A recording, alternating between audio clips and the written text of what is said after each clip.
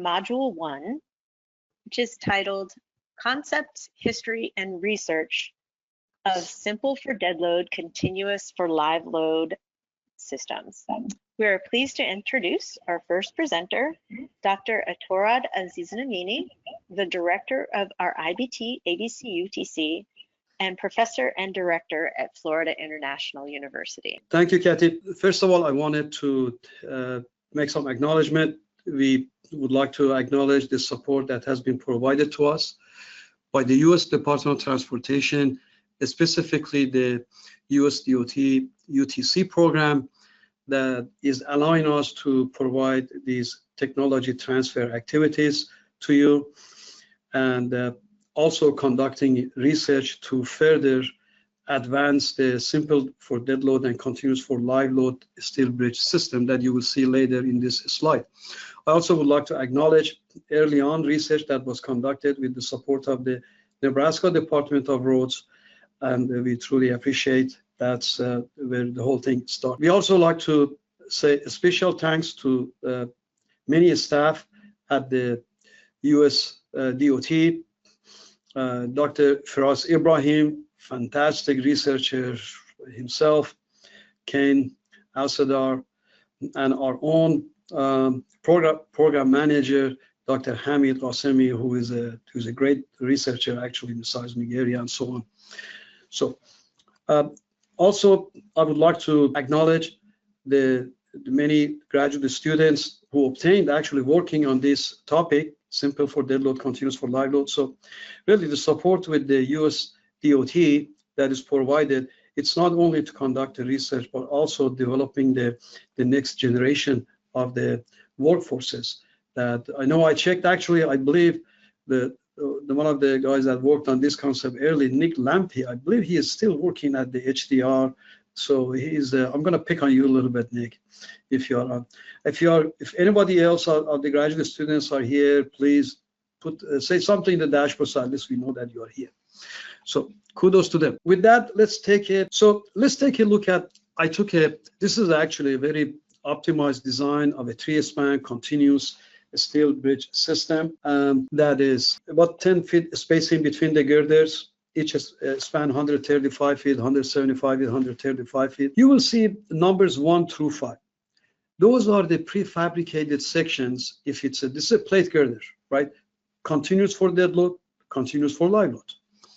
So in order to build that, you have to have about 5 different prefabricated sections in the shop that comes to the field, and then you join them along the, for example, when the section 1 and 2 is joining. Here, this is a section, so there's bolted splices here, bolted splices here, bolted splices basically here, bolted splice here. Those dash lines that you see, those are the cross frames. Now, when you bring it to the field, this section, this is a pier, this is abutment, let's say you have to shore it, or you have to have a crane to keep these units up until you connect the bolted splice, the section 1 to section 2. And then the contractor uses the different techniques to go on and complete the bridge. So in a typical, let's say 2-span, continuous for dead load, continuous for live load, you have a bolted splice, you have a prefabricated section, let's say, if it's a moderate spans. And then once everything is connected, you come back and then you basically cast the deck. Now let's take a look at the same thing with simple for dead load and continuous for live load. Let's see. The first thing you do, you place the girders between the supports, in this case, between abutment and the middle support. And in fact, for this particular bridge, I believe it was a military road in Omaha. For this particular bridge, the contractor placed the girders on the first span, and he was there for a couple of months before they came back for the second. So there was no need for shoring, there was no need for holding in the sky.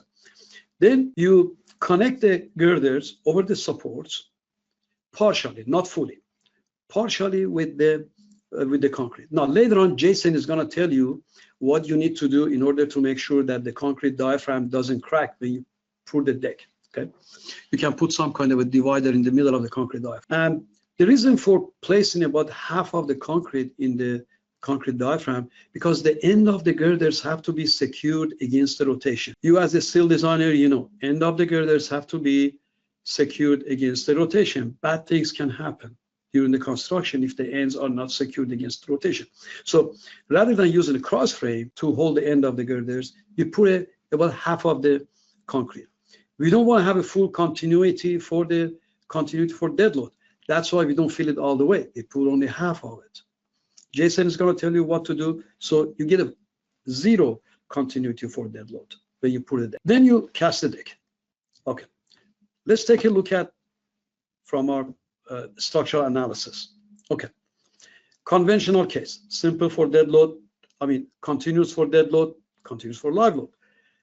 I place a uniform load over the entire two span, then I'm going to get a negative moment over the support, and I'm going to get a positive. Live load also produces a negative moment and positive moment. Now, this is for live load, we have to use, of course, a moment envelope diagram, but here I'm just depicting that I'm going to have a positive and negative moment.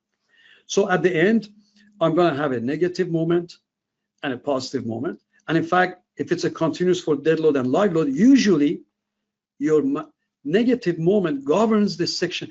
The section that you need to carry the negative moment is larger than the section that you want to carry the positive moment.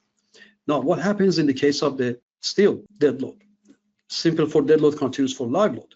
Well, theoretically, when you place a dead load, there is no negative moment.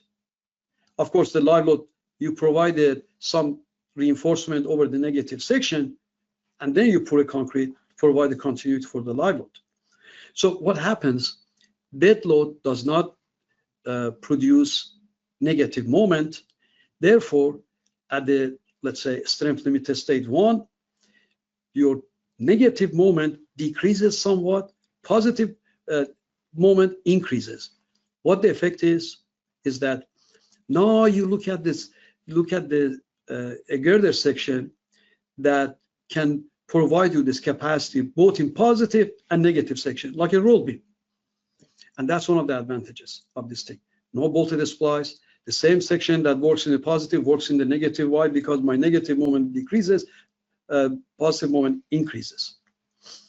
So now the question is, okay, how do I connect? That was the challenge. How do you connect the girders? How do you connect the girders over the support? I'll show you there are different details, but the details that is we prefer is using a concrete diaphragm because of durability, simplicity, and everything else. So we did tons of testing, and then we said, okay, now over the concrete diaphragm, we are going to have, how do we connect them? Well, we said, let's select the one detail where we know that it's going to be basically, there is no question that detail is not going to work. So we connected the bottom flange with the full penetration. Not a practical detail, but the best detail that you can get. And we put some end plate. Why? Because remember, in the negative section, you are going to have some negative moment. The bottom flange is going to be in compression, and we didn't want that. We wanted to have a pathway for the compression force to go from one flange to another flange and not go through the concrete, basically. And then for the live load, within the be effective, basically, we are putting tension reinforcement. Now, remember, there's other reinforcement too. Then we put some reinforcement here, basically steel ropes and so on. Jason and is going to show you some other more drawings on this. Then we said, okay, let's make another specimen, but this time let's not put anything, and let's just have a bare steel in the concrete diaphragm. That's all. No detailing. Conventional concrete, okay? Conventional concrete, normal strength, 5,000 psi concrete, no treatment at the end of the girders. And then we said, okay, let's do something in between, okay? And in between, we put the plate, basically end plate over here, but we didn't continue the bottom flange. Let's see what the test result is. So here is some of the specimen that we tested. Basically, this specimen represents distance from the middle pier to point of inflection. We did fatigue testing several million cycles, then we did ultimate load testing. And so now what I'm going to do, for all those three details, I'm going to show you the load at the end versus the deflection at the end. load deflection curve. Now let's see over here. Something really surprising happening over here. But there's a good reason for it. The detail that had a complete continuity over the bottom flange. Look at over here. It gives the highest capacity. Instead of the load deflection on the moment. Moment is just that end load times the moment arm. That's all. The one that had no treatment gave a very low capacity, and the one in the middle gave a little bit less. And I remember, I think Nick was doing Nick Lampy, who I believe is with HDR now, was doing a test, and I think I blamed him. I said, Nick, I think something is funny. You probably forgot to calibrate the load cell. Something is wrong. There's no way that we get that much reduction in capacity by just changing that detail. Well, I guess I owed him some apology. I don't know if I did or not, but there was a good reason for it. Let's take a look at this detail right over here. When you apply this end load, okay, remember the modulus of elasticity of the steel is several times larger than the modulus of elasticity of the concrete. It's like putting a knife through the butter. Under the negative moment, if you don't treat the end and those bridge see the type of the loads that we designed them for, you're going to crush that concrete. And in fact, in the test, the gap between this gap right here, between the flanges were 8-inch originally. After the test became 5-inch. Why? Because there was no compression mechanism. So the steel reinforcement was not developed at the top. So that's why that much reduction in the capacity. So you have to make sure that you provide some kind of path to get the compression force from one flange to another flange. So we did lots of that. Don't worry about all these fancy stuff. I just put over here saying that we did do our due diligence. We did tons of numerical work, nonlinear, finite element, and so on. So because we have lots of time in the university, right? But we wanted to make sure that we understand fully what the experimental test is doing.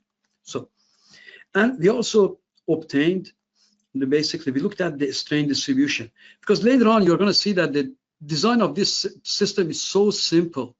It's just the area of the steel that you put for continuity times the moment arm. That's all. And we are going to assume a linear strain distribution across the depth. In reality, actually, it's not. Look at here, the strain distribution in the middle of the concrete diaphragm. It's not linear at all. It's a deep beam problem. As you move away from it, it becomes a little more linear, and when you get away from the concrete diaphragm, it becomes a linear. But we are going to assume a strain distribution is linear right at the middle, so we can use our equation that are familiar to us. I just put over here, just tell you that the moment capacity provided, you see over here, this steel reinforcement are provided here before you place the concrete for continuity. Every steel that you have contributes to moment capacity, but we're going to assume the only thing that contributes to moment capacity is the steel reinforcement in the deck within the B effective. That's all. So we did lots of work, tons of work, and then we said, you know, designer in design office is not going to be able to do all this fancy work. So let's just come up with a very simple design equation that at least captures about 90–95% of the behavior.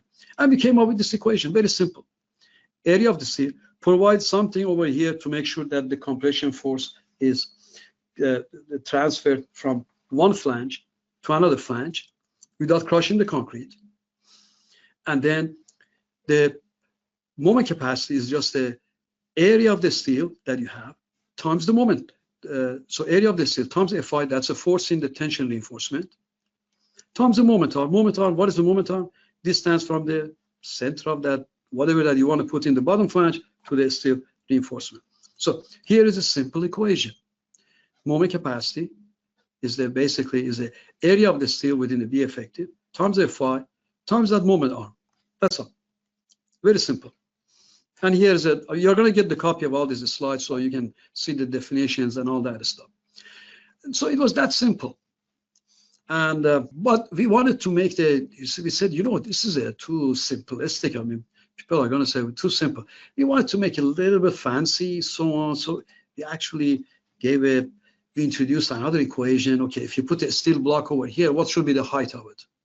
So, but I can tell you, anything you put in there is going to work. So this is just to make us feel good. So after conducting the research, this is the detail that we suggested. We said, put the end plate and then put a steel block. That's just going to be just maybe a fillet weld, a little bit fillet weld, nothing fancy.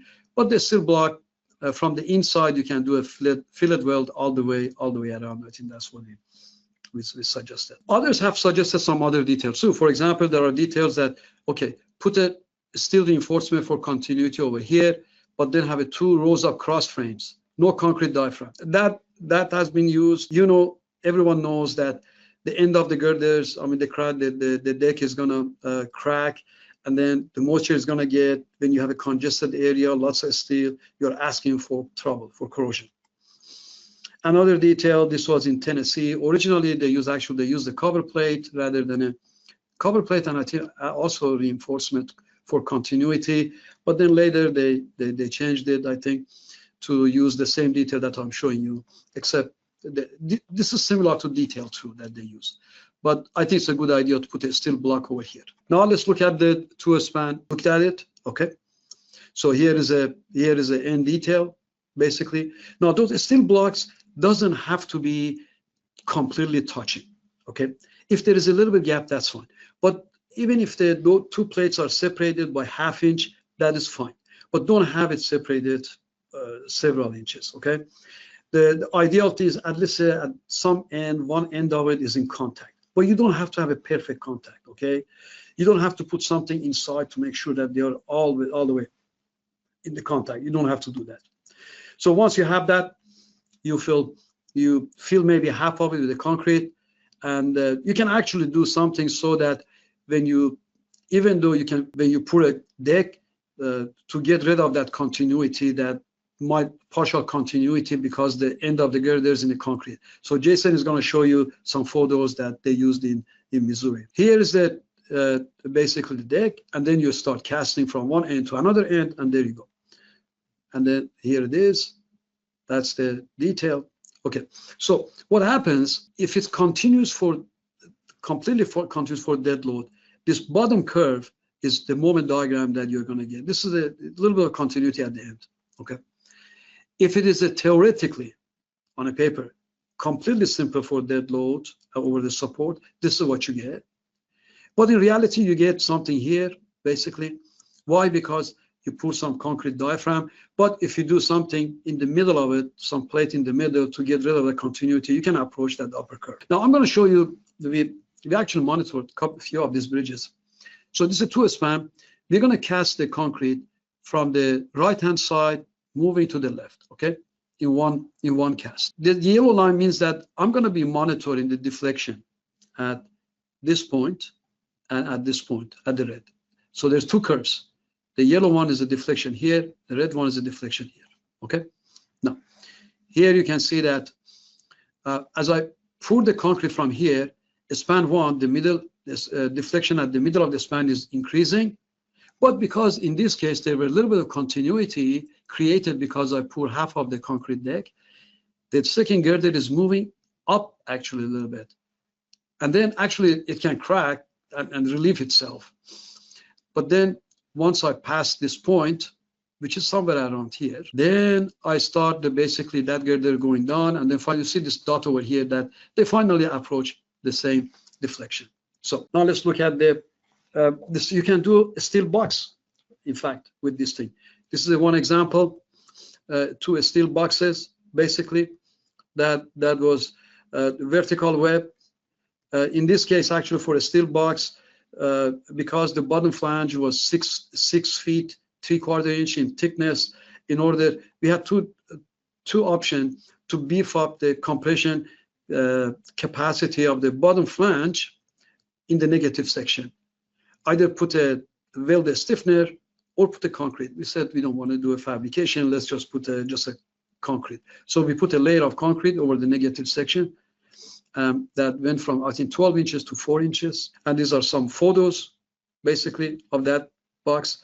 You can see that there was no cross frame between the girders, between the boxes, and also top lateral bracing only at the pickup points. Very simple thing. Web vertical. Here you can see that basically the part of the concrete diaphragm is poured, the end of the boxes are secured, and then basically we cast a deck. Very simple. Now let's look at the ABC application with the SDCL. In fact, I can tell you, simple for dead load and continuous for live load is a fantastic steel bridge system for accelerated bridge construction because it goes almost span by span. So in this case, what we did is basically we had the steel box, we casted the deck on top. For 2 span, we had 6 units. You bring the 6 unit, you place them, you join them over the support with the concrete diaphragm and longitudinally closure pour over here. Now, this is the detail on the basically a cartoon that shows the continuity reinforcement in the deck basically comes in and hooks into the concrete diaphragm. Again, here is a detail at the end. We beefed up the compression capacity of the compression flange by using a concrete rather than a welded stiffener. The beautiful thing about the ABC application is that you cast the deck on the top of the girder while the girder is sitting somewhere. Workers, rather than working up in the air, they work in the ground, so they love that. So you minimize the risk and increase the safety. Here you can see the girders are placed, very simple, and the girders, and in fact for this bridge I was on the side, and the cartoon showed perfectly everything was, this reinforcement was perfect. In fact, in the field they were kind of hitting each other with the next span, and we decided to cut some of them because we had enough reinforcement. So here is a pickup point, basically the pickup for the girders. So here you can see the deck is casted. Now in this case we use the headed bar. It's not a good detail. Headed bar is not a good detail. I think you should use just a straight bar and UHPC nowadays. At that time we used the conventional concrete, wider closure joints and headed bar. Here you can see this was over a heavy traffic on the major highway. So 2 cranes, one in the bottom, one in the top. Basically, this is a crane in the bottom. There's a crane on top. The girders, the girders for each span were picked up over one night, placed over the support, and then you can see. Now, why the headed bar was not a good idea, because you can get into this kind of problem. You know, the bars are hitting if it's not placed very correctly. In this case, I mean, we had some issues. So the best thing for the closure joints in this case is a narrow joints, about 8-9 inches, a straight bar, use a UHPC. Here you can see that the girders are in place, basically, and then they are joined together, very simple formwork, and then joined together, and that's and then here, basically, in this case, everything was not perfectly level, and so we used the 2-inch silica fume overlay, kind of cover make sure that we have a 2-degree slope, and also cover a little bit of a elevation problem that we had. Now let's take a look at SDCL system, simple for dead load and continuous for live load, for the seismic regions. Now for seismic region, basically you have some prefabricated section that comes in, and then you assemble. So in this case, for example, let's say I can have a precast column. Okay, then I can have a what we call is a drop cap beam. So this is a drop cap beam just to hold the girders. So here is a girders that is this could be a box, could be an ice section. Okay, I prefer if you want to use a ABC, I think the steel box, especially if you have a span length of 140, 150 feet or longer, is really ideal in this case, I think. And so the units can come in with the deck cast on the top, continuity reinforcement, and then basically cast the concrete diaphragm. Now later you are going to see that now we are suggesting really enhancing the economy of this system by using a narrower concrete diaphragm and UHPC. Now let's look at the detail. The detail for seismic is very similar to the non-seismic. The only thing that you may have in the seismic event, you may have a moment reversal. So the bottom flange can go into the tension, although that tension is going to be fairly small. So what we did is we said, okay, we're going to use exactly the same detail we use for non-seismic, except for seismic, we're going to put a couple of shear stud and a couple of stirrups, basically tie them together.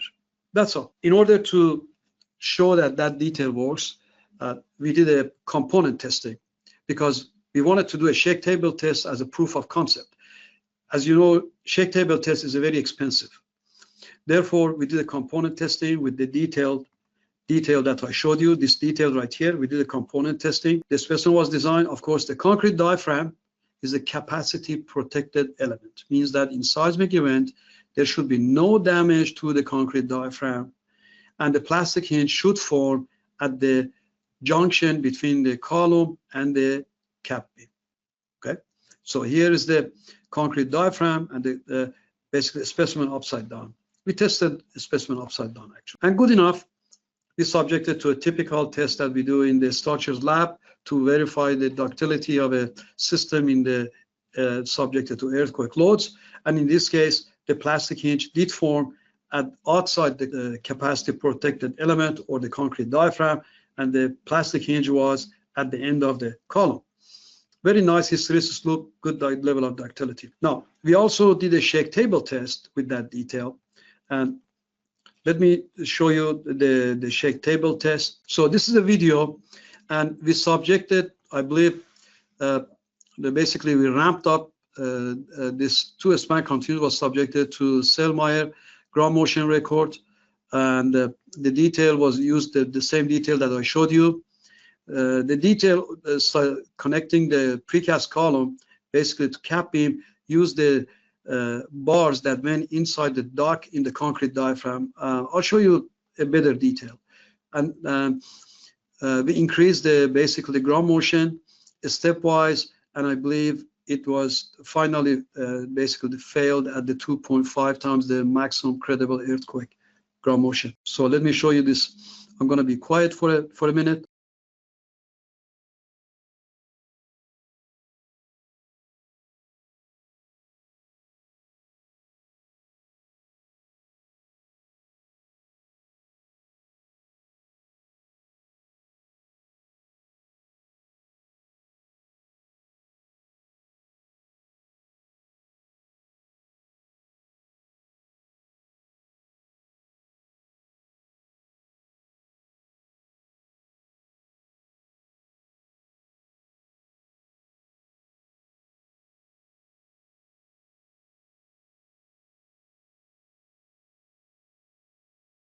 Now, if you look at this also, it was a 2.25 times the maximum credible earthquake that basically it failed.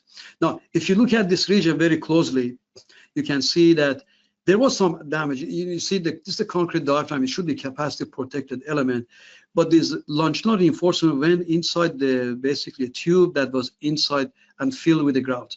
I think that detail in the seismic event, you may have some difficulty to inspect the inside the condition. Okay, therefore I think this is a better detail. If you want to use it for seismic, use what we have suggested, but use this detail right here. And if you need more information, I mean, I can provide you with test these details where the UHPC is used to connect the precast column to the cap beam outside the cap beam, and that ensures that the plastic hinge forms outside the UHPC actually. All right, now so the detail for seismic, this is basically what you see. Now, what we are suggesting now is that let's use ultra high performance concrete, UHPC. You can simplify the details quite significantly. You can use the straight bars. You can get by, our numerical work shows that you can get by without welding any end plate or a steel block. Now remember, these are numerical work. Okay, I have written my own nonlinear finite element program. I know that you cannot rely, hang your hat just on the results of the nonlinear finite element. But in this case, we had the model that was fully calibrated. But we do need to develop some experimental data, and that's coming. And then basically, you don't have to put the UHPC or the entire cross frame, entire concrete diaphragm. It can only be around just the steel beam. Brian, the state bridge engineer from the Missouri, actually had a good suggestion. So that, oh, this is much economical. Just put the whole thing with the UHPC from Costa. He is absolutely correct. So imagine the concrete diaphragm, narrow concrete diaphragm, a straight rebar for continuity. You get rid of lots of reinforcement, no end treatment. You cannot go any simpler than that for a steel bridge system. but we need to develop some experimental data. So we have some tentative. Amir, a couple of years ago, got his PhD here at FIU. He did this work and developed a tentative design criteria. And the tentative design criteria is that, first of all, the girders have to have a gap. How much the gap should be?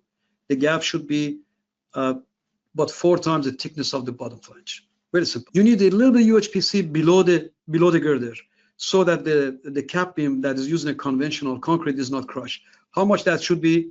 2 times thickness of the flange. It's very minimal. How wide the concrete diaphragm should be? Well, that depends on the bar size that you use. The good news is that development length in UHPC is very small, 8 times diameter of the bar. So that now you see that how small this detail gets. And then forget about this again.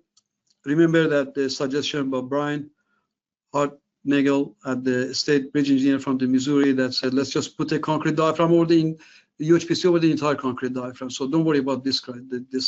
So what is the next step? Basically, we are trying to develop a pooled fund to conduct some experimental tests.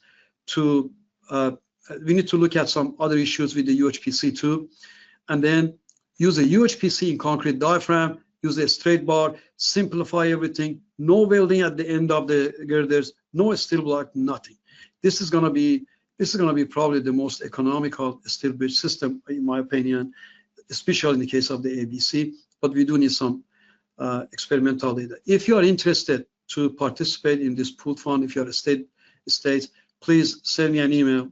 It's very easy to find me. Finally, you're going to get the copy of all these slides.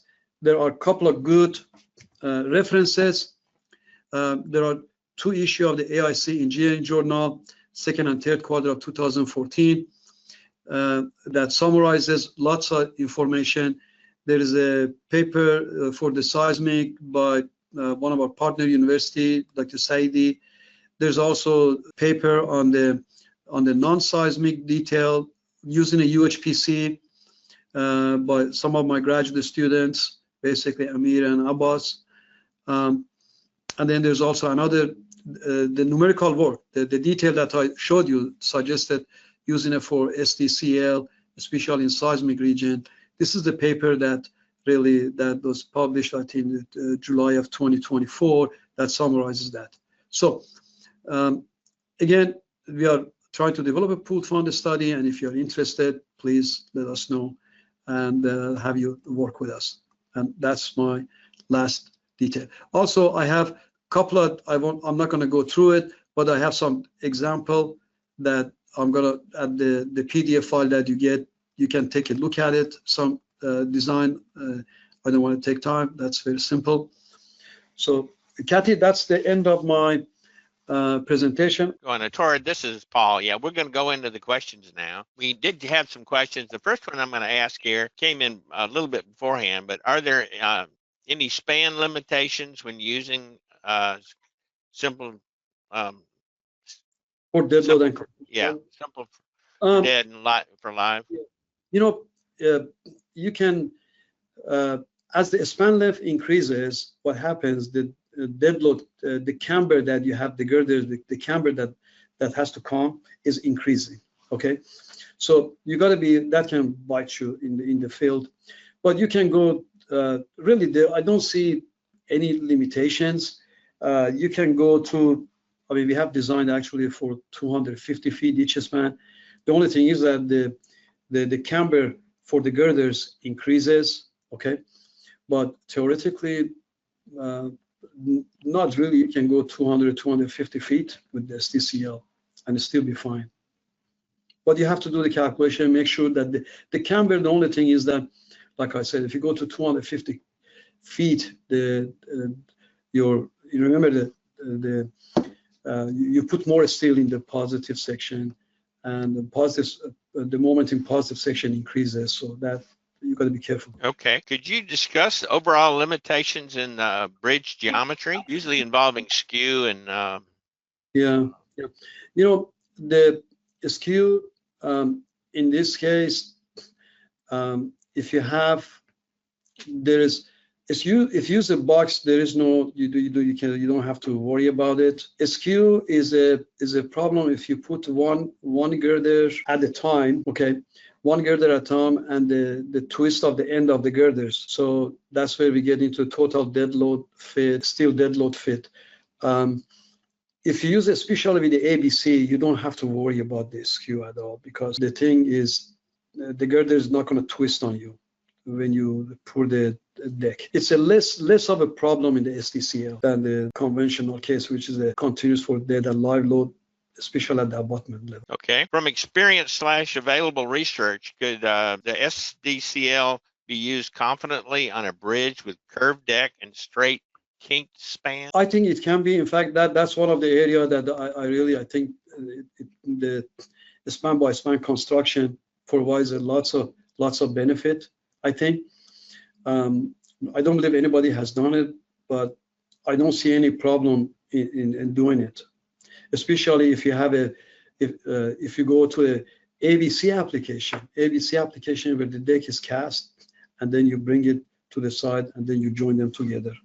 But to my knowledge, nobody have done that, but it should work. Okay. A question came in about how do you translate the results obtained through experiments and testing in labs into reality, considering the scale effect? Well, I mean, there are several of these bridges that have been constructed. And in fact, the test that we did was not a scale. The test that Nick did in the lab back then, it was actually a portion of the bridge that was constructed. The bridge was a two-span continuous 97 feet. So we modeled the distance between the pier and the point of inflection. So, and on top of that, there is now you're going to hear from the Missouri that they have constructed many of these bridges. In Nebraska, they have constructed. So that really, it's not a scaling going from the lab to basically the field. This has been proven case. So it's that there is no worry about there. Okay, one more question here is this the same concept as the link slab design? No, link slab is really, rather than putting expansion joints over the support, basically connecting the girders together, there's no live load continuity in the link slab. Link slab is just saying that in fact, I believe Ed Wasserman used to say that the cracked deck on top of the girder is better than any expansion joints that he has seen. Link slab is just to replace the expansion joints over the pier with the concrete deck, but SDCL is providing a live load continuity. So you have a moment continuity where link slab doesn't have a moment. Okay, we're just about up on this module. I'm going to turn it over to Kathy and we're going to move on to the next module. Kathy? Great, thank you.